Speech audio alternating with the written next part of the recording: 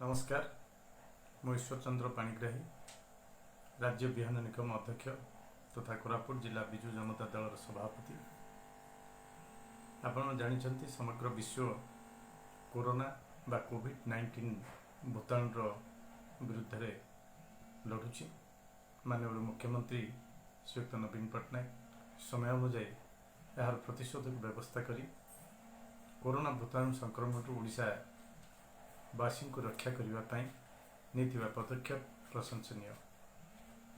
प्राय समस्त जिला एवं 6000 ऊर्ध्व पंचायत स्तर में देश विदेश आसुवा विभिन्न व्यक्ति विशेष को सेठार रही व्यवस्था कराई एवं चिकित्सा मत व्यवस्था कराई। घड़ीसंधि मुहूर्त कोरोनार संक्रमण निज परिवार एवं निजक बचाइवाई राज्य मुख्यमंत्री एक नुआ अभियान आरंभ कर मो जीवन अभियान।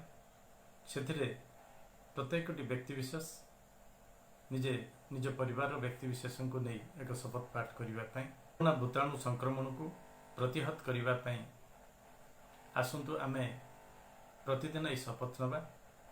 मु मोर परिवार सदस्यों सहित एक शपथ नौची। मु मोर पिला छुआ बापा माँ ना शपथ करी कहूची जे वर्तमान समय रे मु बाहर को जीवी नहीं। बाहर को गले कोरोना भूताणु मो साथी रे घर को आसी पारे, मो परिवार रो क्षति करि पारे। तेणु मु एबे बाहर को जीवी नहीं। जदि जरूरी काम रे बाहर को जीवी तेबे फेरिबा समय रे साबुन रे भल भाव रे 20 सेकेंड पर्यंत हाथ धोई घर को फेरिबी।